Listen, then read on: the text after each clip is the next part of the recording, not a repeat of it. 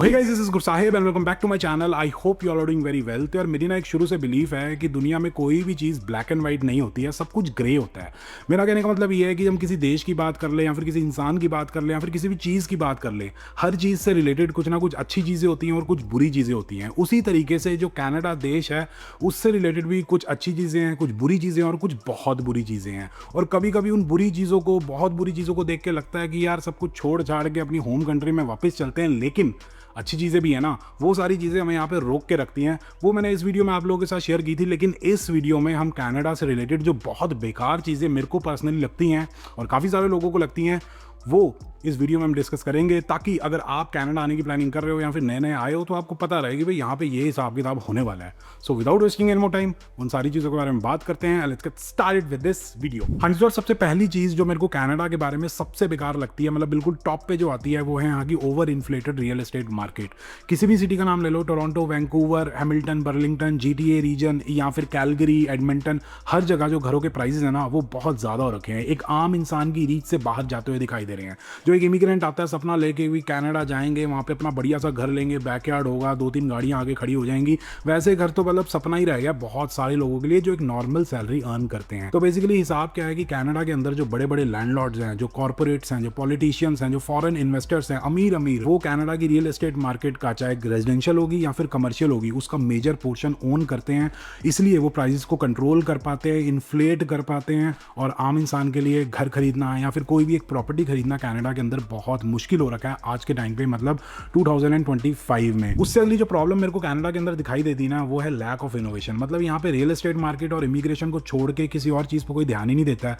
मतलब कभी सुना है आपने कोई कनाडा की बहुत बड़ी टेक जायंट कंपनी है, शॉपिफाई को छोड़ के? यूएस जो इसका पड़ोसी देश है, वहाँ पे इतनी बड़ी बड़ी कंपनी है, एप्पल, एनवीडिया, माइक्रोसॉफ्ट, मेटा, मतलब खत्म नहीं होते नाम। यहाँ पे कोई स्टार्टअप करता भी है तो वो इनडायरेक्टली या फिर डायरेक्टली रियल एस्टेट से रिलेटेड होता है या फिर इमिग्रेशन से रिलेटेड होता है। यहाँ पे यही चलता रहता है, उसी के ऊपर लोग पैसा कमाते रहते हैं। घर बेच दिया, फ्लिप कर दिया, ये कर दिया, वो कर दिया। या फिर इमिग्रेशन चलती है, या फिर जो कॉलेजेस हैं, यूनिवर्सिटीज हैं, इंटरनेशनल स्टूडेंट्स आते हैं, इकोनॉमी के अंदर पैसा आता है। और जितने भी इमिग्रेंट्स हैं, मैंने देखा है किसी बड़ी कंपनी के लिए काम कर रहे हैं, वो भी कोई यूएस की कंपनी होगी या फिर यूरोप की कंपनी होगी या फिर इंडिया की कंपनी होगी, लेकिन कनाडा की बहुत ही कम कंपनियां हैं जो बहुत बड़ी बड़ी हैं। जब टेक जायंट्स की बात आती है, स्टार्टअप की बात आती है, इनोवेशन की बात आती है, तो मेरे पर्सनल ओपिनियन में कनाडा बहुत पीछे है उस मामले में। अगली चीज जो कनाडा के बारे में मेरे को बहुत बेकार लगती है, वो है यहाँ की मोनोपोली। किसी भी इंडस्ट्री को उठा के देख लो यार, हर इंडस्ट्री के अंदर 2-3 या फिर 4 प्लेयर होते हैं जो हर एक चीज को कंट्रोल करते हैं। इन्वेंट्री, सप्लाई, डिमांड, प्राइस, हर चीज को कंट्रोल करते हैं, प्राइस वगैरह को इन्फ्लेट करके रखते हैं। पपेट बना रखा है हर एक चीज को। टेलीकम्युनिकेशन की बात करें तो वहाँ पे बेल, रॉजर्स, टेलस, ये 3 प्लेयर हैं।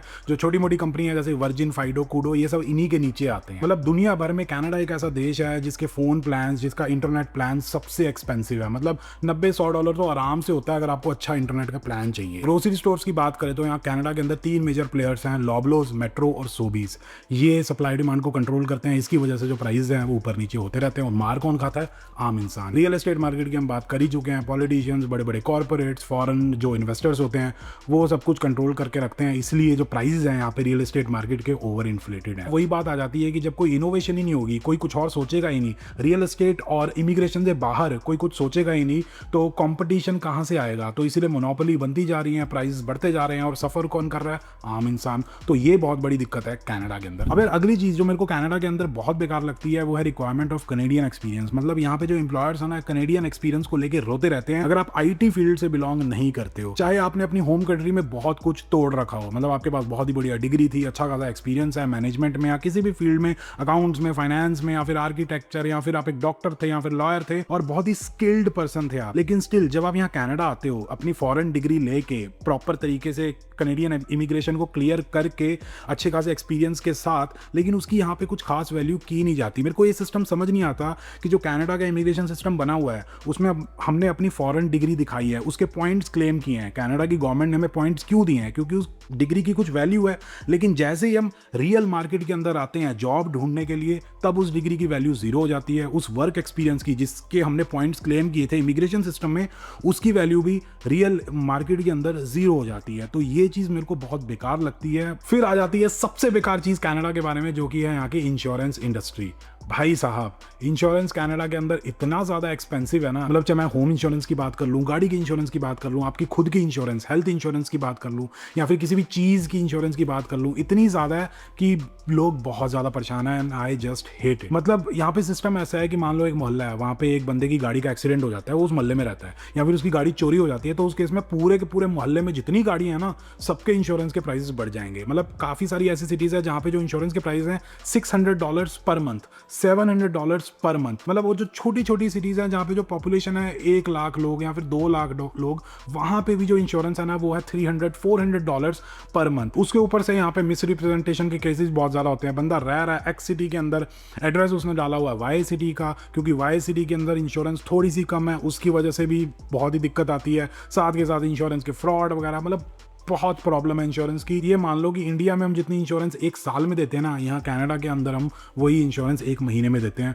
और परेशान होते रहते हैं। अगली problem which I absolutely hate about Canada is it's broken health care system. मतलब पूरी दुनिया को पता लग चुका है कि कनाडा का जो हेल्थ केयर सिस्टम है वो बहुत ही बेकार है। मतलब इन केस अगर आप इमरजेंसी में चले जाते हो, भगवान ना करे किसी ऐसे नौबत आए, लेकिन इन केस आप इमरजेंसी में चले जाते हो तो 5 घंटे, 6 घंटे, 10 घंटे, 12 घंटे की वेटिंग करना नॉर्मल है। और इन केस अगर वहाँ का कोई डॉक्टर आपको कोई स्पेशलिस्ट डॉक्टर के लिए रेफर कर देता है तो भाई साहब 3 महीने की वेटिंग, 6 महीने की वेटिंग है, तो बहुत ही दिक्कत वाली चीज़ है। प्रॉब्लम यह है कि यहाँ पे जो डॉक्टर्स है वो इनसफिशियंट हैं, मतलब इतने नहीं है। ऊपर से जो नर्सिस हैं, जो असिस्टेंट्स वगैरह होते हैं, वो भी बहुत ही कम है। तो यहाँ पे हेल्थ केयर वर्कर्स की बहुत ज़्यादा रिक्वायरमेंट है, उसी की वजह से लोग बहुत ज़्यादा सफ़र करते हैं। मतलब मेरा तो मानना ये है कि यहाँ के हेल्थ केयर सिस्टम को एक अच्छे हेल्थ केयर की ज़रूरत है, मतलब उसको ठीक करने की ज़रूरत है। मतलब लोग लिटरली वेटिंग रूम में बैठे बैठे मर जाते हैं। मेरे को याद है जब मैं थंडर बे के अंदर पढ़ाई कर रहा था, हम ना बस पकड़ते थे हॉस्पिटल के सामने से, लेकिन हमारी बस बहुत ज़्यादा डिले हो गई थी, बाहर बहुत ज़्यादा ठंड थी, तो हम हॉस्पिटल के अंदर चले गए।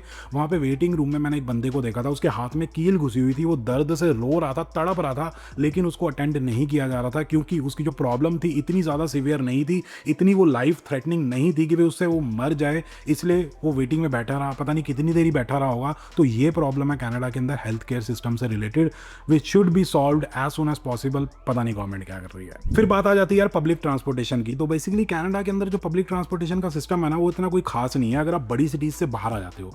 बड़ी सिटीज़ से मेरा मतलब है सबसे बड़ी सिटीज़ जैसे कि टोरंटो या फिर वैंकूवर वगैरह, उनसे बाहर आ जाओ, ब्रैम्पटन मिसिसागा भी चले जाओ, जीटीए रीजन में, या फिर उससे भी बाहर चले जाओगे अगर Kitchener, Waterloo, London, Sarnia, Windsor, तो भाई साहब और ज़्यादा बुरा हाल है। मतलब अगर मैं इंट्रा सिटी पब्लिक ट्रांसपोर्टेशन की बात करूँ सिटी के अंदर अंदर, तो किचनर, वाटरलू में मेरे को याद है जो रास्ता 12 मिनट में गाड़ी से कवर हो जाता था, वही रास्ता अगर मैं पब्लिक ट्रांसपोर्ट को यूज़ करके कवर करता हूँ, बस या फिर वो जो ट्रैम चलता है उसको यूज़ करके, तो मेरे को 1.5 घंटा लग जाता था। कैलगरी के अंदर जहाँ मैं अब रहता हूँ, वहाँ पे गाड़ी के बिना गुजारा ही नहीं है, कहीं नहीं जा सकते, बहुत ज़्यादा दिक्कत होगी, बहुत ज़्यादा आपका टाइम वेस्ट होगा। और अगर मैं इंटर सिटी ट्रांसपोर्टेशन की बात करूँ कि भाई एक सिटी से दूसरी सिटी जाना है, तो भाई साहब बेस्ट ऑफ लक है, बहुत ज़्यादा औखा काम है। अब उसका रीज़न मैं समझता हूँ कि भाई कनाडा के अंदर जो सिटीज़ है ना वो बहुत दूर दूर होती है। मतलब एक सिटी से दूसरी city 200 kilometre, 100 kilometre, 300 kilometre, 500 kilometre.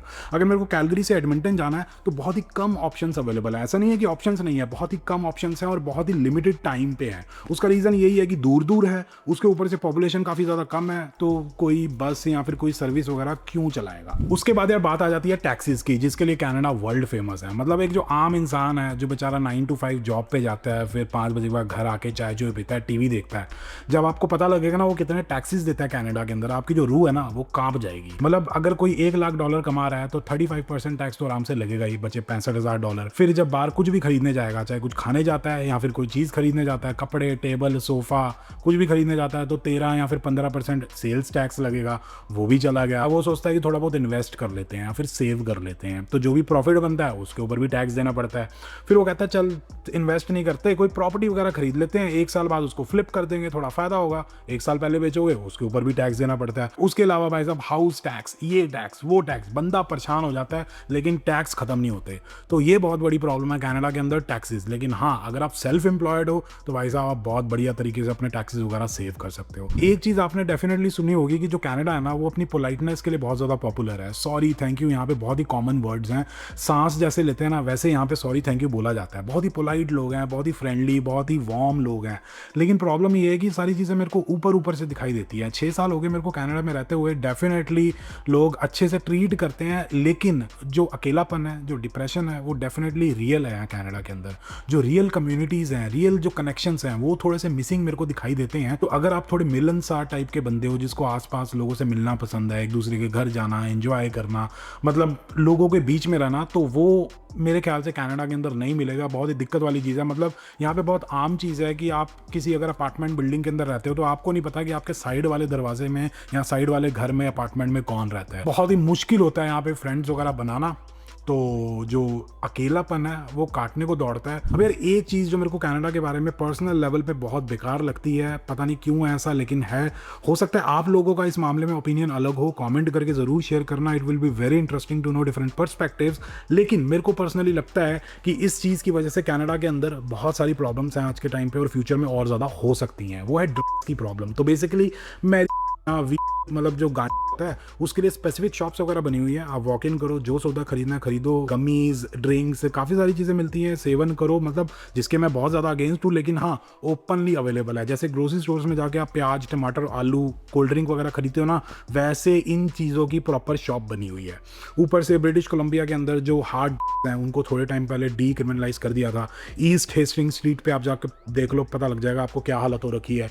मतलब मेरे को ये लगता है कि जिस बंदे को पता भी नहीं है ना इस चीज़ के बारे में, वो देख के थोड़ा सा क्यूरियस हो जाएगा कि हाँ भी क्या चीज़ होती है, एक बार अंदर जाके देखते हैं। और गलती से सेवन कर दिया, गलती से आदत लग गई तो और ज़्यादा प्रॉब्लम हो जाएगी। और जो लोग एक्चुअल में इसको कंज्यूम करते हैं रेगुलर बेसिस के लिए, उनके तो भाई साहब हेवन हो गया, जन्नत होगी। जाओ सौदा खरीदो, सेवन करो। तो पता ही है तो नेगेटिव चीज़। तो कनाडा के बारे में ये चीज़ मेरे को बहुत बेकार लगती है। होपफुली आगे जाके ठीक हो जाए, लेकिन पॉलिटिशियंस क्या है आई डोंट नो, लेकिन हिसाब किताब गड़बड़ी है इस मामले में। ऐसा नहीं है कि कनाडा के बारे में बेकार ही चीज़ें हैं, बहुत सारी ऐसी चीज़ें हैं अच्छी अच्छी जो लोगों को, इमिग्रेंट्स को यहाँ पे रोक के रखती हैं।